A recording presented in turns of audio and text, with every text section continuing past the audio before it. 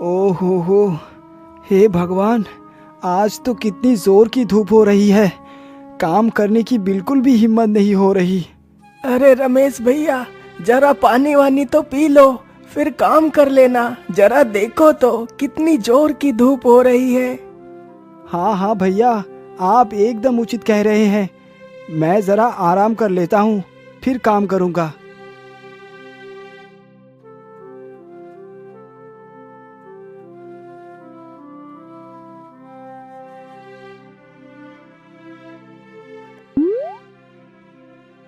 अरे ये क्या, घड़े में तो पानी ही नहीं है।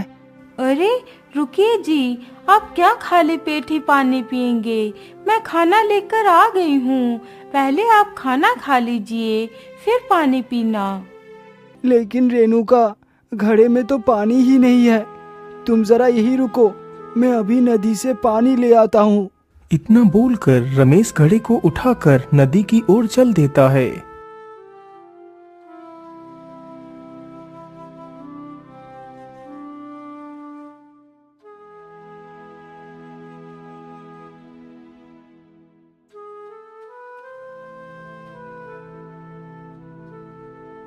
वाह वाह वाह, नदी के इस निर्मल जल को देखकर तो मन ही नहीं भरता।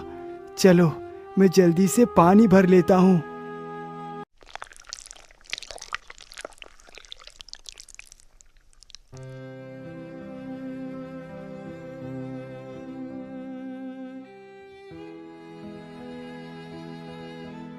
इतनी देर हो गई, अभी तक वे आए क्यों नहीं?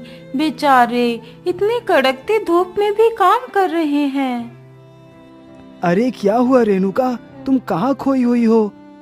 अरे आप आ गए। हाँ हाँ, मैं आ गया हूँ। अब तुम और विलंब मत करो, जल्दी से खाना दो, मुझे बहुत जोर की भूख लगी है। हाँ हाँ, ये लीजिए।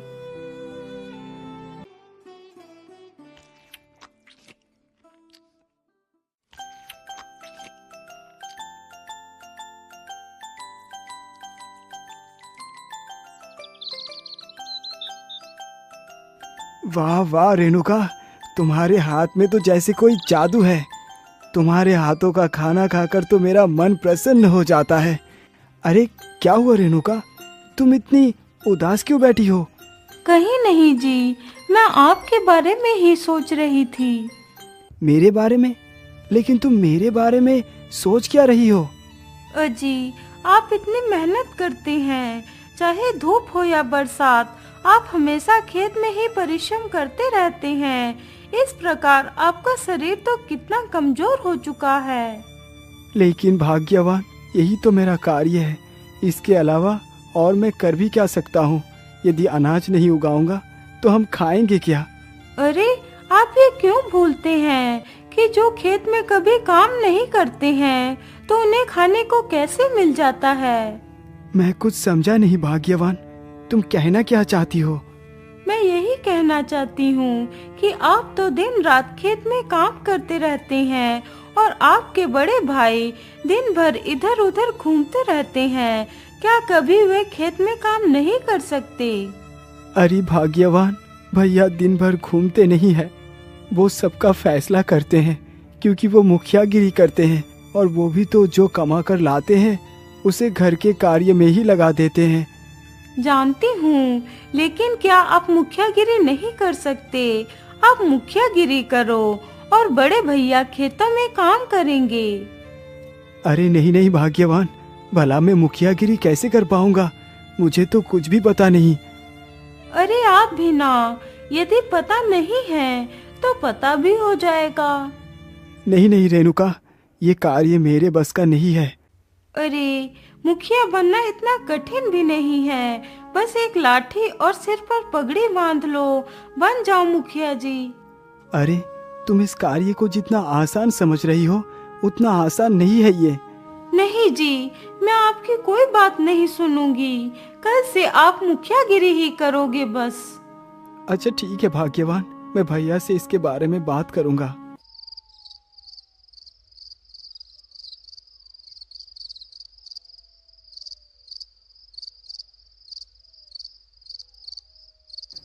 क्या तुम मुखियागिरी करोगे?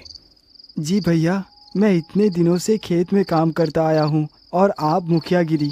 अब आप कुछ दिन खेतों में काम करें और मैं मुखियागिरी करूँगा। रमेश, मुखियागिरी करना इतना आसान नहीं है। तुम इस कार्य को नहीं कर पाओगे मेरे भाई। लेकिन भैया, हर कार्य करने से ही आता है। आप मुझे एक मौका दें। छोटे, यदि तुम्हारी यही इच्छा है तो मैं तुम्हें रोकूंगा नहीं। ठीक है, कल से तुम मुखियागिरी करना और मैं खेतों में काम करूंगा।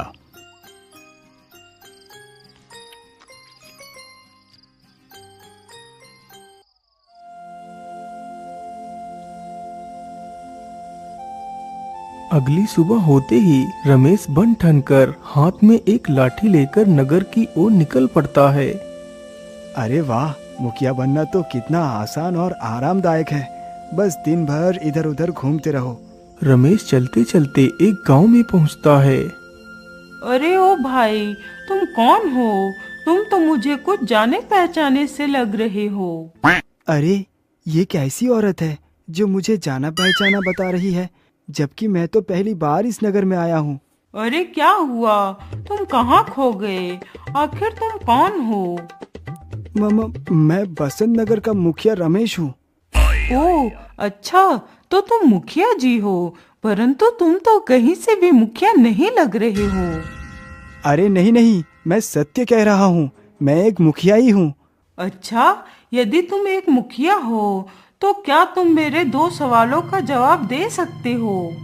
हाँ हाँ, मैं तुम्हें जवाब तो दे सकता हूँ, लेकिन बदले में मुझे कीमत क्या मिलेगी? ठीक है, बदले में मैं तुम्हें ढेर सारा धन दूंगी, लेकिन याद रहे, यदि मेरे सवाल का जवाब नहीं दे पाए तो मैं तुम्हारे सिर पर 5 जूते मारूंगी। मंजूर है? क्या? 5 जूते? ये कैसी शर्त है? क्यों मुखिया जी, निकल गई सारी मुखियागिरी? अरे नहीं नहीं, मैं तुम्हारी शर्त से बिल्कुल भी नहीं घबराया। मुझे तुम्हारी शर्त मंजूर है। पूछो, तुम क्या पूछना चाहती हो? मुखिया जी, आप मुझे एक बात सुनाओ अल्ले पार की और एक बात सुनाओ पल्ले पार की, और यदि नहीं सुना पाए तो 5 जूते खाओ। अरे बाप रे बाप, ये कैसा सवाल है? मैंने आज तक ऐसा सवाल कहीं नहीं सुना। अरे क्या हुआ मुखिया जी, आप कहाँ खो गए? कहीं नहीं, लेकिन ये कैसा सवाल है?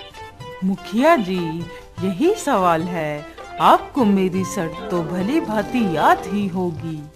हाँ हाँ, याद है तुम्हारी शर्त, लेकिन जरा रुको, मैं तुम्हारे सवाल का जवाब ढूंढ लूं। अरे बाप रे बाप, आज कहाँ आकर फंस गया। अच्छा खासा खेतों में काम करता था, स्त्री के चक्कर में पड़कर आज जूते खाने की नौबत आ गई है। क्या भैया की मुखियागिरी जूते भी खिलाती है? क्या हुआ मुखिया जी, लगता है अब आपको जूते खाने ही पड़ेंगे। हाँ हाँ, लगता तो मुझे भी कुछ ऐसा ही है। आइए देवी, मेरा सर हाजिर है, अपनी शर्त को पूरा करो। इतना सुनते ही वह महिला एक जूता उठाती है और खींच खींच कर 5 जूते रमेश के सिर पर मारती है।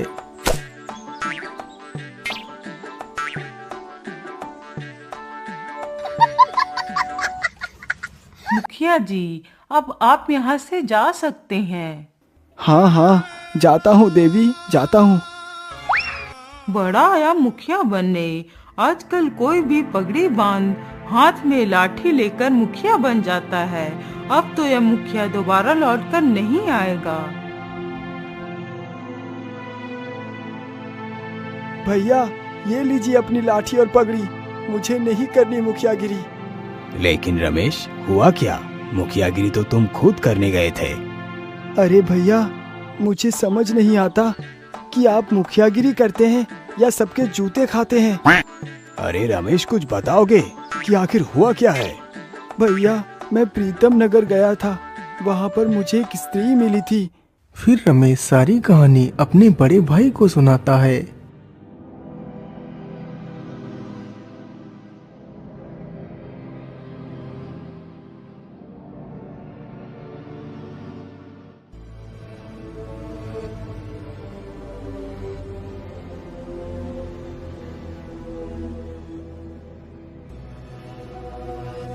भैया आप अपनी मुखियागिरी खुद करें, मैं रोज रोज जूते नहीं खा पाऊंगा, मैं तो खेत में ही ठीक था। इतना बोलकर रमेश फिर से खेतों की तरफ चला जाता है। आखिर मेरे भाई को उसने मारा क्यों? मैं इसका बदला अवश्य लूंगा।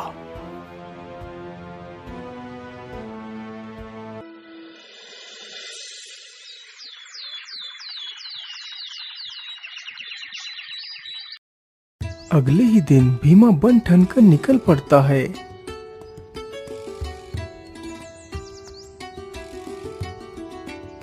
वह चलते चलते जल्दी ही उसी नगर में पहुंच जाता है और उसी घर के पास से गुजरता है।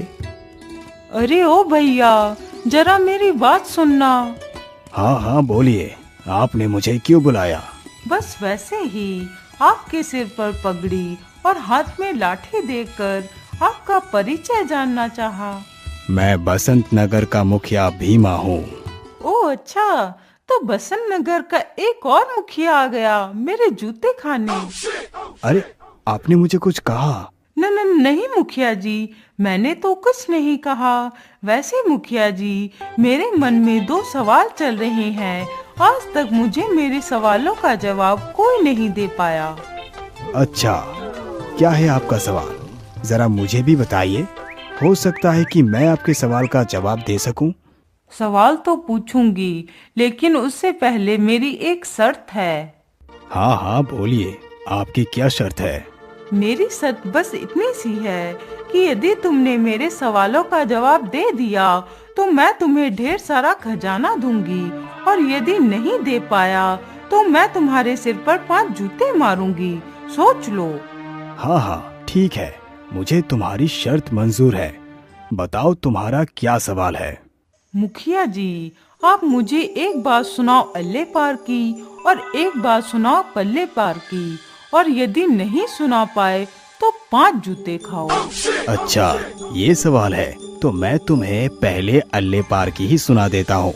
तुम्हें पता है, जब मैं इस नगर में आया था तो गांव के दक्षिण दिशा में जो जंगल है, उस जंगल में झाड़ियों के बीच एक एक हाथ जितनी लंबी लौकी लगी हुई है। मैं तो देखकर आश्चर्यचकित रह गया। क्या इतनी बड़ी बड़ी लौकी हैं? अच्छा जरा रुकिए मुखिया जी, आप यहीं बैठिए, मैं एक लौकी तोड़ कर लाती हूँ। हाँ हाँ, लेकिन थोड़ा सा जल्दी आना, अभी मुझे बहुत सारा कार्य करना है। इतना सुनते ही वह स्त्री भागकर जंगल की ओर चली जाती है। तभी उस स्त्री का पति आ जाता है।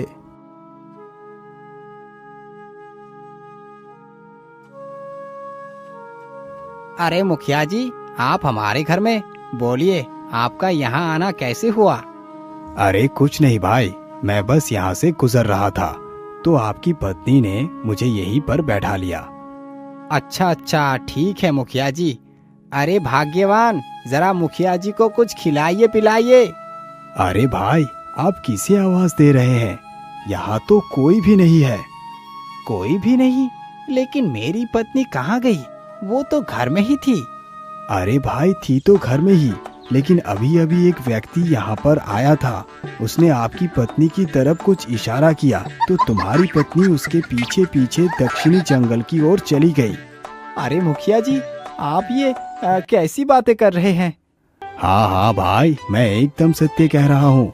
यदि तुम्हें मुझ पर यकीन नहीं तो गांव के दक्षिण दिशा में जो जंगल है वहीं जाकर देख लीजिए। इतना सुनते ही वह व्यक्ति तुरंत ही जंगल की ओर निकल पड़ता है। आखिर माधुरी किसके इशारे पर जंगल की तरफ गई है? आज मैं इस बदचलन को जीवित नहीं छोड़ूंगा। आखिर उस मूर्ख मुखिया ने तो यही जंगल बताया था, लेकिन यहाँ पर तो कोई भी लौकी नहीं लगी हुई है। मुझे लगता है उन झाड़ियों के पीछे जरूर लौकी लगी होगी। चलो चलकर देखती हूँ। माधुरी जैसे ही झाड़ियों के पीछे जाती है, तभी उसका पति उसे झाड़ियों के पीछे देख लेता है। अरे मुखिया जी तो एकदम उचित कह रहे थे। मेरी गैर मौजूदगी में ये किससे मिल रही है? आज ये दुष्ट मेरे हाथों से नहीं बच पाएगी। इतना बोलकर वह उसके पास जाता है। अरे मूर्ख बदचलन चरित्रहीन, तू इन झाड़ियों में किस आशिक को ढूंढ रही है?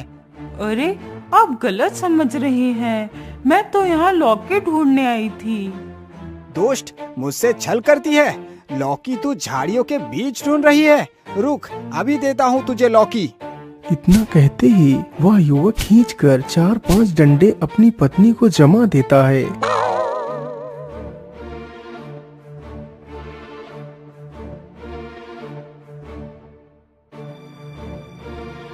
अरे रुकिए भाई, आप कौन हैं और इस प्रकार घर के अंदर क्यों घुसे चले जा रहे हैं? अरे भाई, ये मेरे जीजा जी का घर है। मैं अपनी बहन माधुरी से मिलने आया हूँ। अच्छा, तो ये उस दुष्ट औरत का भाई है। अरे क्या हुआ भाई, आप कहाँ खो गए? कहीं नहीं भाई, बड़ा ही बुरा हुआ तुम्हारे जीजा जी के साथ। बुरा? क्या बुरा हुआ है भाई? अरे भाई साहब, तुम्हारी बहन के ससुर की मृत्यु हो गई है, इसीलिए तुम्हारे जीजा जी और तुम्हारी बहन दक्षिणी जंगल में बैठकर रो रहे हैं। मैंने उन्हें लाने का बहुत प्रयास किया, लेकिन वो दोनों नहीं आए। अब तुम ही जाकर देख लो। इतना सुनते ही वह भी भागकर जंगल की ओर जाता है।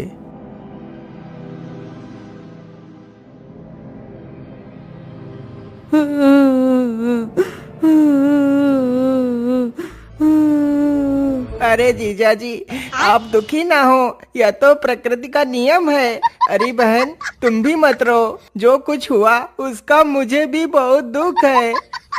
अरे बेवकूफ, ये कैसा प्रकृति का नियम है कि तेरी बहन यहाँ अपने आशिक को ढूंढ रही है और मुझसे बेवफाई कर रही है और तू उसे प्रकृति का नियम बता रहा है? लेकिन जीजा जी, मेरी बहन किसी मृतक के लिए आंसू बहाकर बेवफाई कैसे कर सकती है? क्या मृतक? अरे मूर्ख, यहाँ पर मृतक कौन है?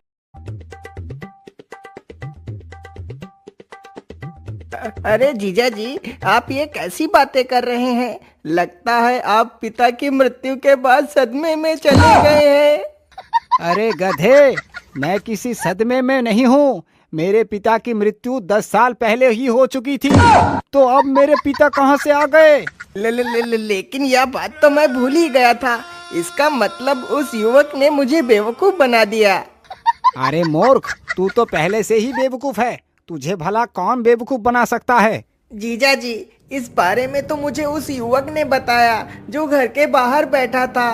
अरे उस मुखिया ने तो मुझे भी बताया था कि इस जंगल में बड़े बड़े लौकी लगी हुई हैं, तभी मैं इस जंगल में आई थी। अरे लेकिन उस मुखिया ने ही तो मुझे भी तुम्हारे बारे में ये सूचना दी थी। इसका मतलब उस मुखिया ने ही हम सबको बेवकूफ बनाया है। मुखिया जी, आपने हमारे साथ ऐसा क्यों किया? अरे भाई क्षमा करना, लेकिन इसकी शुरुआत आपकी पत्नी ने ही की थी। फिर मुखिया सारी कहानी उस युवक को सुनाता है। क्यों माधुरी, तुम्हारे अल्ले पार और पल्ले पार के प्रश्न का उत्तर मिल गया ना? मुझे क्षमा कर दीजिए मुखिया जी, मुझसे बहुत बड़ी भूल हो गई। कोई बात नहीं, मैंने तुम्हें क्षमा किया, लेकिन भविष्य में कभी भी किसी का परिहास ना उड़ाना।